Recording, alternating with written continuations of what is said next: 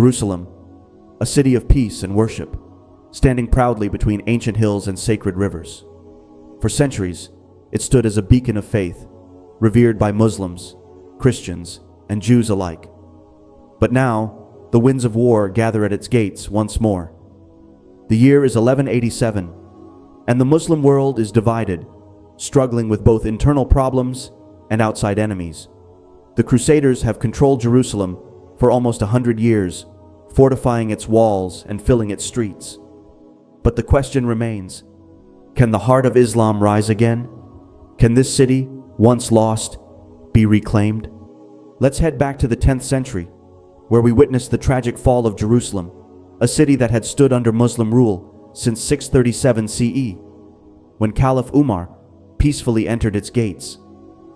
For over 4 centuries, Jerusalem thrived under Islamic governance, becoming a city of tolerance, scholarship, and devotion. But in the storm of the First Crusade, that peace was shattered. The Crusaders, driven by religious zeal, seized the city in a bloody conquest, turning Jerusalem into a fortress of Christianity. The Muslim world, though weakened and divided, had not forgotten Jerusalem. Across the deserts and mountains, a new leader was rising, Salahuddin Ayyubi. With a vision of unity and justice, he would soon change the course of history. In the year 1099, the walls of Jerusalem echoed with the cries of its people as the Crusaders stormed through its gates. After a brutal siege, the city fell into their hands, and the streets ran red with the blood of its inhabitants. Muslims, Jews, and even Christians were massacred. The First Crusade had succeeded in its goal, and Jerusalem, the heart of the Islamic world, was lost. For the next 88 years, the Crusaders established their foothold, not just in Jerusalem, but throughout the Levant. The Kingdom of Jerusalem, along with other Crusader states like Antioch and Edessa, stood as bastions of Christian rule in the Holy Land.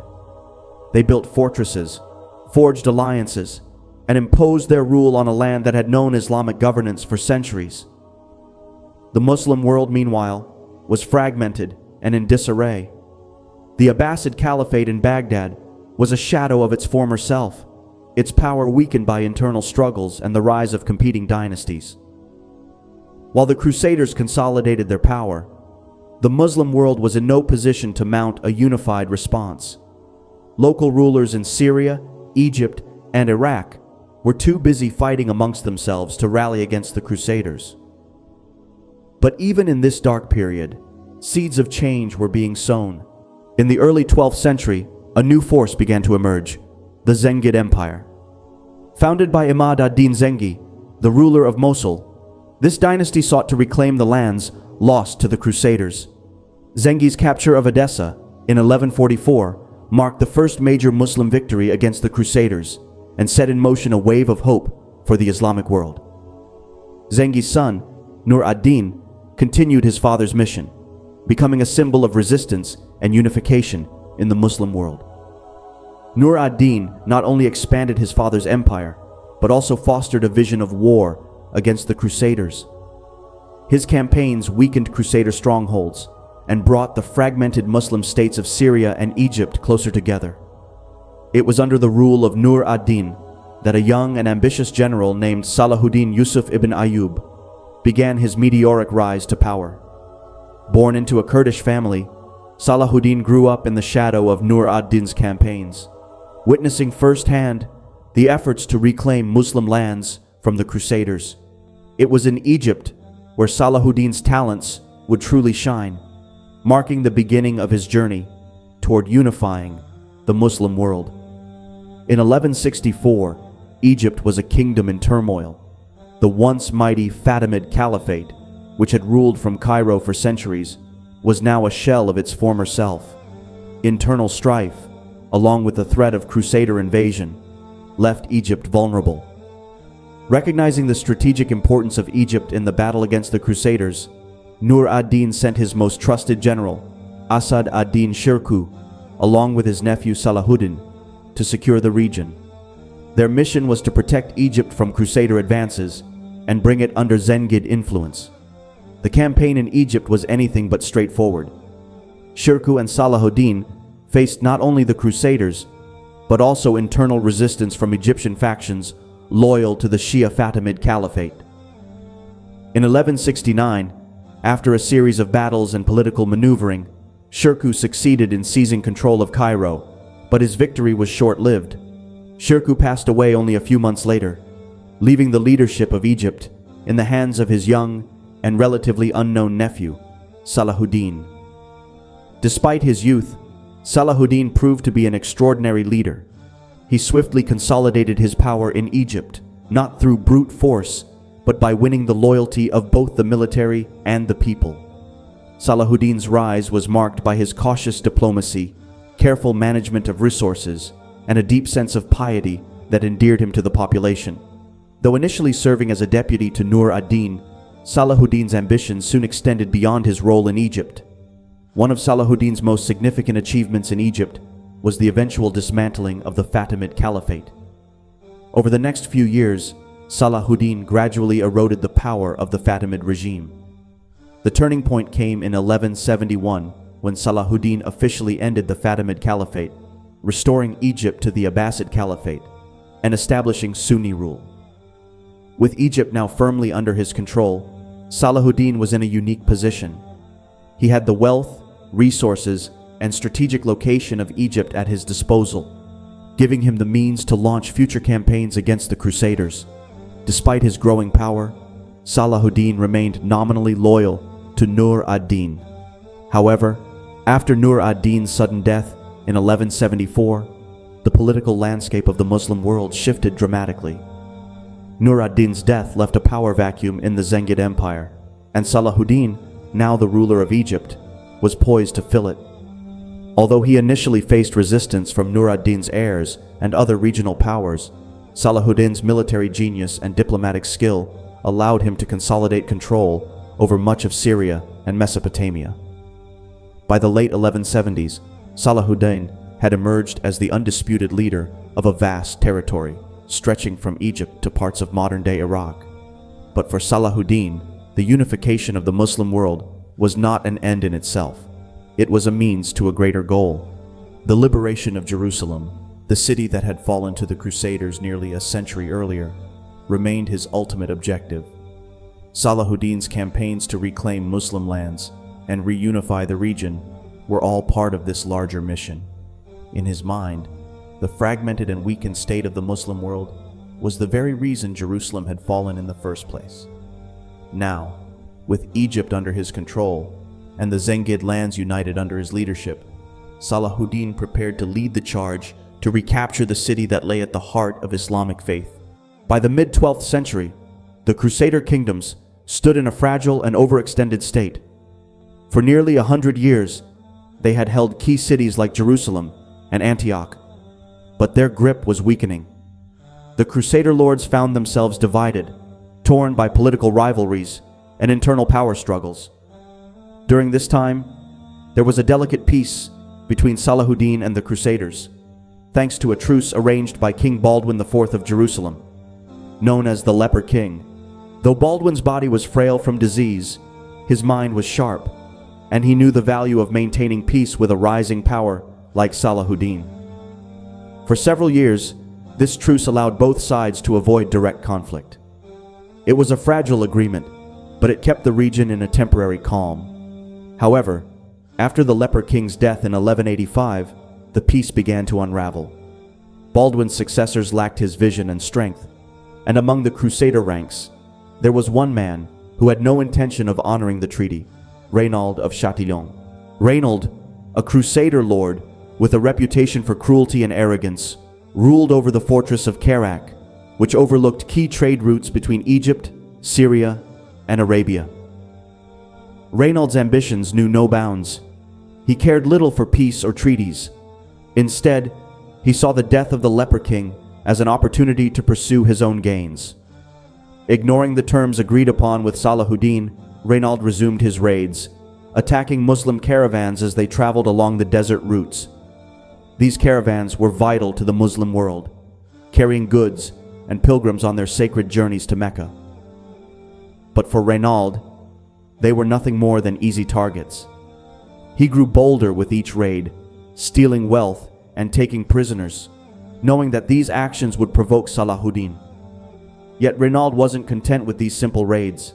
His ambitions took a dangerous turn when he threatened the holiest cities of Islam, Mecca and Medina themselves. In a shocking display of arrogance, he openly declared his intention to invade the two cities, an insult that no Muslim leader could ignore. Salahuddin, more patient and strategic than ever, still held back from war. He was a man who preferred to honor agreements. At the time, he restrained his anger, refusing to let Reynald's provocations drag him into open conflict. But Reynald's audacity would soon push too far. In 1187, Reynald of Chatillon made a fatal mistake. Ignoring the sacred nature of the journey, he attacked a large Muslim pilgrimage caravan traveling to Mecca. Men, women, and children, many of them unarmed, were taken captive or killed. This was an attack on one of the most sacred obligations in Islam, the pilgrimage itself. The truce that had held the region in balance was shattered. The news of the raid reached Salahuddin, and his patience finally snapped. Reynald had broken the treaty not only once, but repeatedly, and now there could be no more negotiations, no more restraint. The time had come to act. Salahuddin gathered his forces and made a vow to avenge the pilgrims and reclaim what was lost. The war for Jerusalem was about to begin. Salahuddin gathered an army of around 30,000 men, while the Crusaders, led by King Guy of Lusignan, hastily formed a force of roughly 20,000, including elite Templar and Hospitaller knights. As Salahuddin moved, he began capturing key strongholds, including Tiberias, threatening the Crusader-controlled regions. Salahuddin cleverly lured them out of the city and led the Crusaders into a situation where they were forced to march toward Hattin, across dry, arid plains in the blistering July heat. With no access to water, the Crusaders suffered from intense thirst and fatigue. Their supply lines had been cut off, and Salahuddin's forces controlled the nearby water sources. This lack of water weakened their morale and combat ability, making them vulnerable as they reached the horns of Hattin. On July 4th, 1187, Salahuddin's forces surrounded the exhausted Crusaders. The Muslim archers rained arrows down upon them, while fires were set to intensify the heat and confusion. Dehydrated and disoriented, the Crusaders were overwhelmed. By the end of the day, their army was shattered. King Guy and Reynald of Chatillon were both captured. Salahuddin had brought them to his tent and offered King Guy water as a gesture of mercy. According to tradition, to offer water meant to spare one's life. King Guy, after drinking the water, gave it to Reynald. When Reynald took a drink, Salahuddin made it clear that he had no intention of sparing him. "I did not offer you this water," Salahuddin remarked coldly. He then personally executed Reynald for his repeated attacks on Muslim pilgrims and his threats to the holy cities of Mecca and Medina. The defeat at Hattin was a devastating blow to the Crusaders. With their forces decimated and their leaders captured or killed, Jerusalem now lay open and vulnerable, awaiting Salahuddin's next move. With the Crusader army decimated at the Battle of Hattin and many of their leaders captured, Salahuddin wasted no time in pressing his advantage. He knew that without their military strength, the Crusader fortresses scattered across the Holy Land were vulnerable. Over the next few months, he moved swiftly, capturing key strongholds one after another. First, Salahuddin turned his attention to Acre, a vital port city that had long served as a lifeline for Crusader reinforcements and supplies from Europe. Without much resistance, Acre fell into Muslim hands, cutting off the Crusaders from any hope of external support. From there, Salahuddin's forces swept through coastal towns and fortresses, including Caesarea, Arsuf, and Jaffa. One by one, the cities surrendered, most without a fight, as the Crusader forces were too weak to defend them. Salahuddin's momentum was unstoppable. As fortress after fortress fell, the Crusader presence in the Holy Land was rapidly shrinking, and their morale shattered.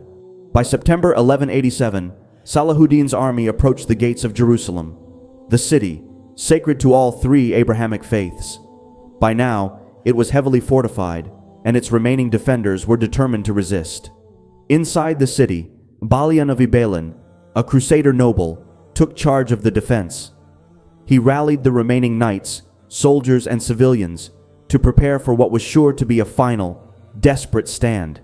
Salahuddin, ever mindful of the city's importance and following the sunnah of the Prophet Muhammad, peace and blessing upon him, offered the Crusaders a chance to surrender peacefully, promising them safe passage if they laid down their arms. But the defenders, unwilling to give up the holy city so easily, rejected the offer, forcing Salahuddin to begin the siege. The siege began. For 12 days, Salahuddin's army bombarded the city's walls with catapults and siege towers, slowly wearing down the Crusaders' defenses. Inside, the defenders were running out of options. Food and water were dwindling, and morale was low. As the days dragged on, Balian saw the writing on the wall. Jerusalem could not hold out much longer. Realizing that further resistance would lead to a devastating massacre, Balian sought terms of surrender. He approached Salahuddin, fearing the worst. But instead of vengeance, Salahuddin offered mercy. The terms were clear. The Christian population would be allowed to leave the city unharmed if they paid a reasonable ransom for their freedom. Those who could not afford to pay would be freed anyway, a gesture that echoed Salahuddin's reputation for justice and compassion. On October 2nd, 1187, Jerusalem peacefully surrendered to Salahuddin's forces. His terms of mercy were carried out. Christian civilians left the city unharmed, and many were even escorted to safety. There was no massacre, no revenge. Instead, Salahuddin's entry into Jerusalem was marked by restraint and respect.